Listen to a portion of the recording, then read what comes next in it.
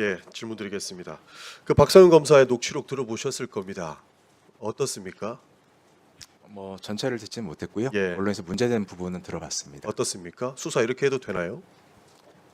근데 뭐 제가 드리고 싶은 말씀은 좀 말이라는 게 예. 맥락이라는 게 있는데 네. 한번 그거에 대해서 박상현 검사한테 한번 해명할 기회를 좀 주는 게 좀 맞지 네. 않나요? 본인이 근데 선서 거부하고 나갔는데 저희가 뭘 어떻게 해명을 그러니까 기회를 뭐, 줍니까? 그러니까 뭐 어쨌든 전- 하나만 예, 물어볼게요. 예, 예. 이게 자백을 하면 보석 공익제보자 지정 처우 고려할 수 있다라고 하는 취지의 발언이 반복적으로 등장합니다. 이게 대한민국 검사가 변호인한테 읍소하면서 할 수 있는 발언인가에 대한 우리 증인의 견해를 묻습니다. 뭐 그 의원님 말씀하신 취지는 제가 좀 이해하는 바는 있는데요. 예. 그게 제가 알기로는 그 변호인 측에서 그 선처를 구하면서 이런저런 얘기가 나오고 그런 대화 그러면 과정이 있었던 박성현 검사는 설득해 내겠다라고 하면서 윗선 언급을 하세요. 박성현 검사 윗선이 우리 부장검사였었던 증인 아닙니까? 예, 맞습니다. 혹시 뭐 수사 늦추자, 하지 말자 이런 제안을 박성현 검사한테 받은 적이 있습니까? 그런 적은 없습니다.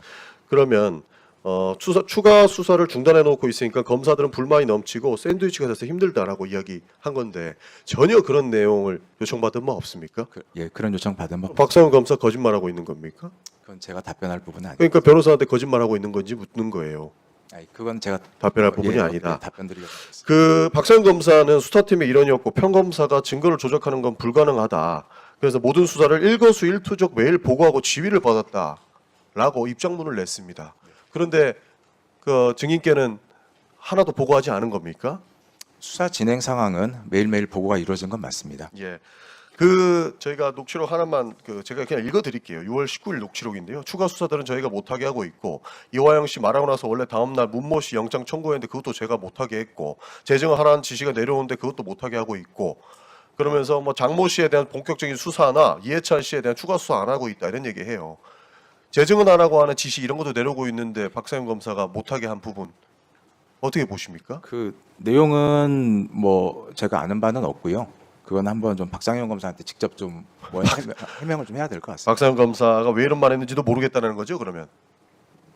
제가 그 대화에는 뭐 관여한 바는 없기 때문에 네. 예, 알지는 못합니다. 그러면 아무런 보고도 하지 않은 상태로 볼 수 있겠네요. 근데 변호사한테 이런 말 하는 것은 어떻게 된 거라고 보십니까? 내용 모르십니까? 아까 말씀드렸듯이 그 변호인 측에서 선처를 구하는 취지의 이런저런 얘기를 했다는 건 알겠습니다. 제가 보고를 받았습니다. 알겠습니다. 이화영 증인 하나만 여쭤보겠습니다. 그 법무부 실태조사에 조재현 변호사가 검찰에 협조적으로 하면 본인이 검찰 고위층하고 이야기됐으니까 수사받고 있는 사건의 구형량을 낮춰줄 수 있다는 취지의 발언을 했다라고 했습니다. 그렇습니다. 근데 조재현 변호사는 직접 이렇게 선임한 변호사가 아니신 거죠? 아닙니다. 혹시 그러면 증인 네, 조재현 변호사 아십니까? 아니, 알지 못합니다. 조재현 변호사 모르세요? 예, 이 부분에 대해서는 조재현 변호사가 누구랑 얘기했다라고 들으신 게 있습니까? 특정한 대상은 얘기하지 않고 그냥 검찰 최고 검찰 고위층이라고 이야기를 했다. 이 전부 다 문제예요.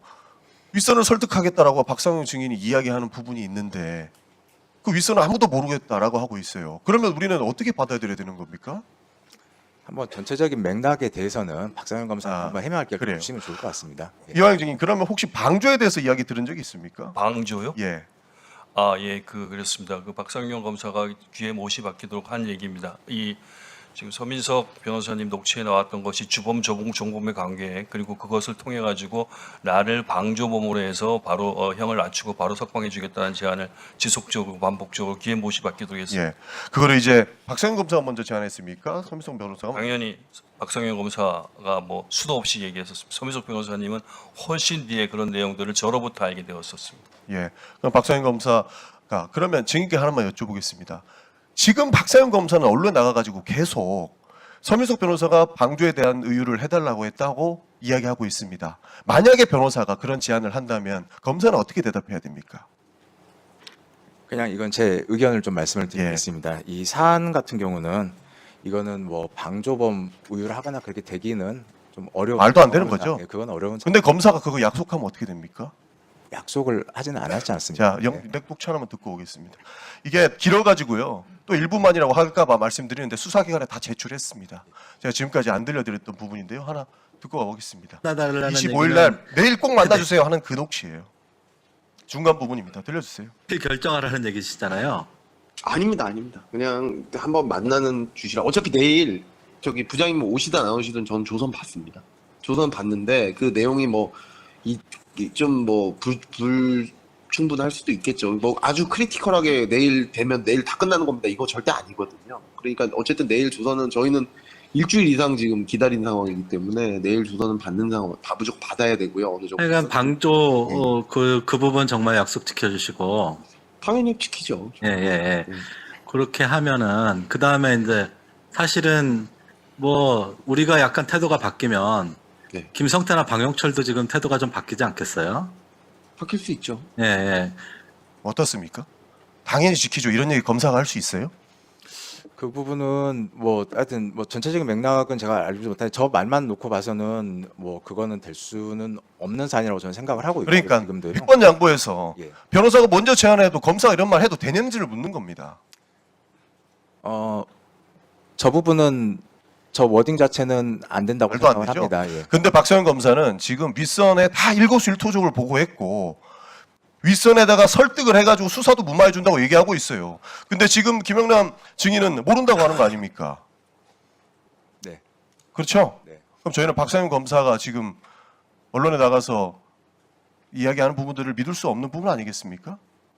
박상현 검사는 수사 진행 상황에 대해서 다 보고를 했다라고 얘기를 한 걸로 알고 있고요. 수사 진행 상황 다 보고를 받은 건 맞습니다. 근데 이런 내용들은 없다라는 거죠? 이런 내용들은 없었고요. 알겠습니다. 그럼 시간이 없어서 잠시만 멈춰서요. 간단한 거 하나만 여쭤보겠습니다. 김춘환 원대로 증인 들어가시고 좋습니다. 예, 감사합니다. 김춘환 원대로 증인 한 번만 모시겠습니다.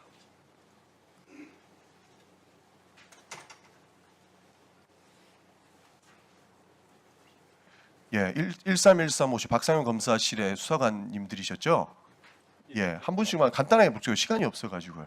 정상적으로 증거가 입각해서 하는 수사였습니까?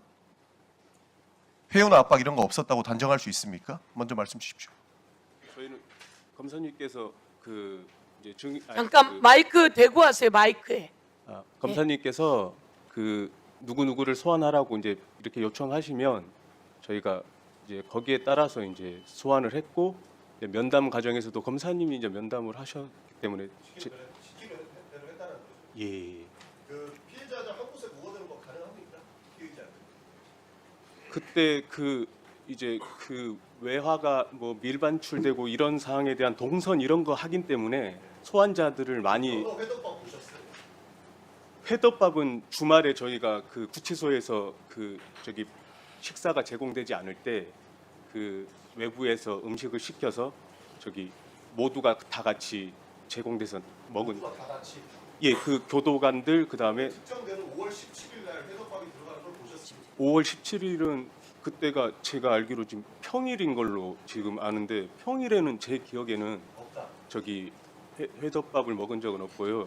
주말 경우에 뭐 설렁탕 예, 그 박성현 검사는 이제는 뭐 갈비탕보다 더 싼 거 들어갔다고 인정하고 있다고 위증으로 판단하셨거든요. 정확하게 말씀 주셔야죠. 어떻습니까? 혹시 특정되는 5월 17일 날 회덮밥을 보셨습니까? 그리고 생수병을 보셨는지 남겨주십시오. 질문 이걸로 마치겠습니다. 먼저 저는 그 검사실에 근무한 사실이 없습니다.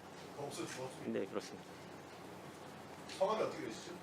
원대로입니다. 원대로 증인 알겠습니다. 김춘환 증인은 그날 못 봤다는 거죠? 생수병도 못 봤다는 거죠? 그날 그 평일에 밥이 왔는지도 그 부분은 정확히 모르겠는데 밥은 시켜 먹은 건 맞습니다. 뭔 소리예요? 아까 많이 다르잖아요. 가까이 좀 대주세요. 정확하게 말씀 주십시오. 그러니까 주말의 경우에 의원님들 이거 정확하게 짚고 넘어가겠습니다. 네, 금방 끝내겠는데 예.